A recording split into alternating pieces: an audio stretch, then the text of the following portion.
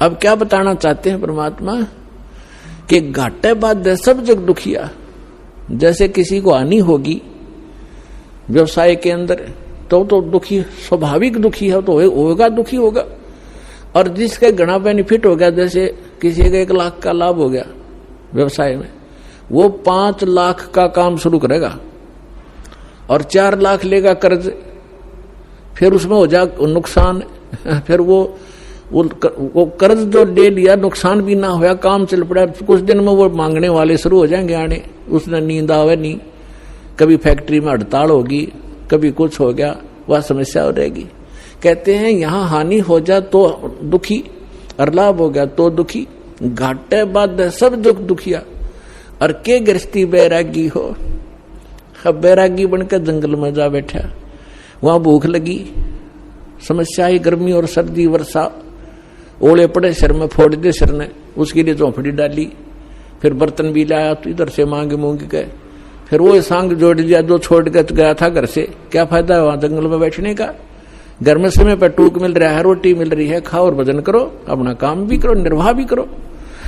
तो ये वास्तविक तरीका यही था। इन नकलियों को देखकर हम सच्चाई हमें प्राप्त नहीं थी, हम भी ये सोचते रहे कि इन्हीं को भगवान मिलेगा, फिर भी हम छोटी मोटी अपनी राहत के लिए भगवान को याद करते रहते थे। वो भी तरीका ठीक नहीं था। कहते हैं घाटे बाद सब जग दुखिया के गृहस्थी बैरागी हो। और सुखदेव ने दुख के डर से गर्भ में माया त्यागी हो। अब मां के गर्भ में बच्चे को अपना भविष्य का और पूर्व जन्म की सारी याद रहती है कि पिछले जन्म में मैंने क्या क्या गलतियां की, इतने मनुष्य जीवन मुझे मिले, मैंने कैसे बर्बाद कर दिए, संत पूरा मिला नहीं, साधना ठीक बनी नहीं, अटपट करके सिद्धियां प्राप्त करके अपना जीवन नाश किया, फिर 84 लाख योनियां भोगी मैंने। वो सारी इतिहास देखता रहता, पिछली बैकग्राउंड ट्रेलर चलता रहता है इसके आगे। अगला जीवन भी उसको दिखाई देता कि इसमें मेरे साथ क्या बनेगी। तो ये सोचता है कि हे भगवान, अब के इस नरक से निकाल दाता, पीछे गलती हुई सो हुई, अब के गलती नहीं करूंगा, परम संत को खोजूंगा, केवल भक्ति करूंगा, आपकी याद करूंगा, पीछा छुटवाऊंगा, जन्म मरण का रोग कटवाऊंगा और केवल अपना छोटा निर्वाह के लिए अपना सिंपल वे से रहूंगा और निर्वाह के लिए काम भी करूंगा, लेकिन भक्ति अवश्य करूंगा, मूल उद्देश्य जानकर करूंगा, मुझे एक बार निकाल दो बात था। तो इसी बात को याद करके सुखदेव ऋषि जी ने 12 वर्ष तक गर्भ से बाहर नहीं आए। फिर ब्रह्मा विष्णु महेश यहाँ के व्यवस्थक हैं, इनको चिंता बनी, काल ने इनको प्रेरणा की, अंडरग्राउंड रिमोट उसके हाथ में है। इन्होंने मीटिंग की कि भी एक सुखदेव नाम के एक ऋषि है, एक बच्चा है गर्भ से बाहर नहीं आ रहा है, 12 वर्ष हो गए, ऐसे अगर ये मर्यादा हमारी खराब होगी तो बहनें 12-12 वर्ष तक बच्चों को गर्भ में रखने लगेंगी तो मां दुखी हो जाएंगी। बच्चा तो 9 महीने मुश्किल से हो जाता है इन बहनों को, माताओं को गर्भ में रखना। तो उन्होंने सोचा भी चलो वो ऋषि आत्मा है, उससे प्रार्थना करते हैं, उसी को कहते हैं, उसको मनाते हैं। तीनों आगे, तब तीनों ने आकर कहा कि भाई सुखदेव तू बाहर आ जा, ऐसे ऐसे हमारी परंपरा खराब मत कर। तब उसने कहा कि भगवान बाहर आते ही आपकी त्रिगुणमयी माया से ये जीव इतना अंधा हो जाता है, इसको भूत भविष्य का कुछ याद नहीं रहता, आप ये अपनी माया रोक लो, तब मैं बाहर आऊं, कुछ देर के लिए रोक दो। तो उन्होंने कहा भाई देखो इसको हम नहीं रोक सकते, ये हमारे बस से बाहर की बात है, हमारे अंदर एक ऐसा गुण भर रखा है, तो इसको हमारे लिए रोकना असंभव नहीं है। तो सुखदेव बोला मैं तो बाहर आऊं नहीं, चाहे 20 वर्ष रहना पड़ो, 100 वर्ष रहना पड़ो। तब उन्होंने लास्ट में ये फैसला किया भी हम ज्यादा देर नहीं रख सकते, हमारा शरीर फट जाएगा, हम केवल इतनी देर रख सकते। ये देख ले कितना क्षण है। सुखदेव जी ने कहा कि तो आप इतना ही रख लो, देर रोक दो इसको।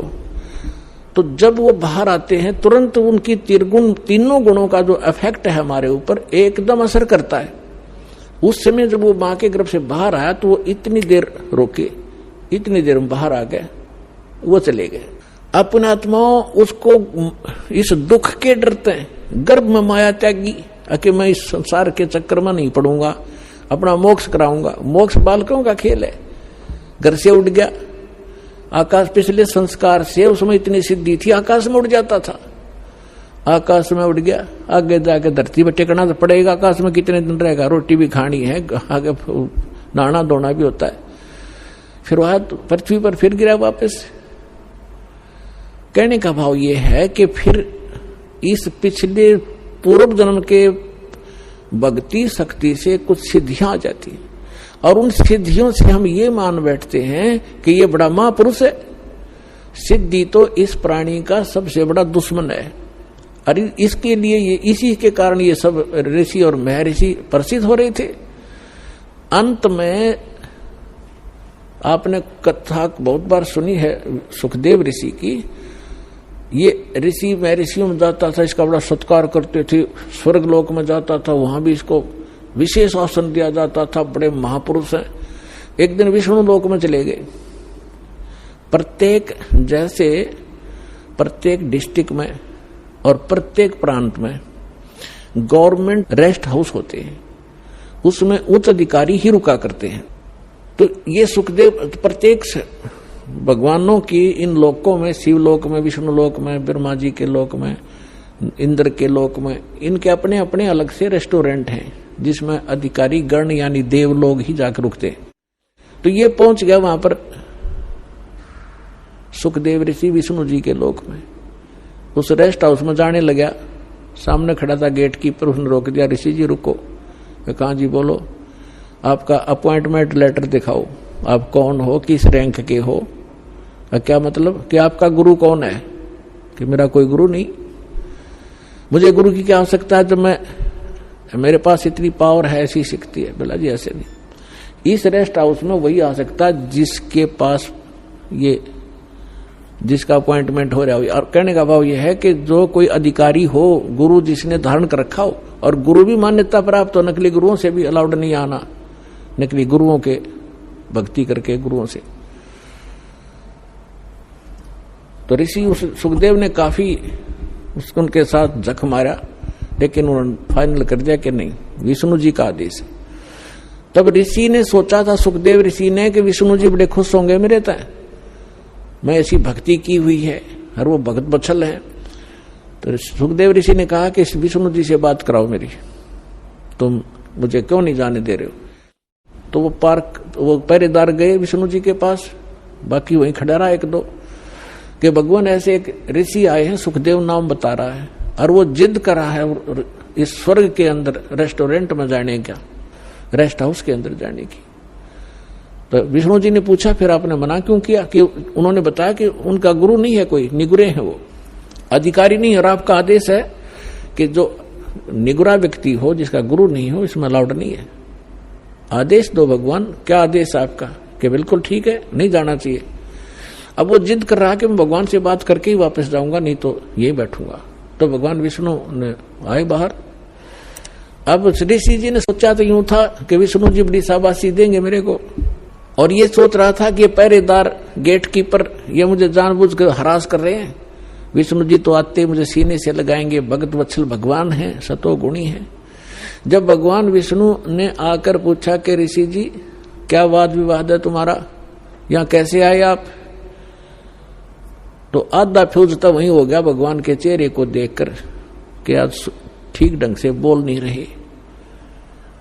तब ऋषि ने कहा कि सुखदेव ने जी, मैं ऐसे ऐसे, सुखदेव नाम है मेरा, और मैं रेस्ट हाउस में, इस रेस्टोरेंट में जाना चाहूं था स्वर्ग में, इन्होंने मना कर दिया जाना, इन्होंने मुझे रोक दिया।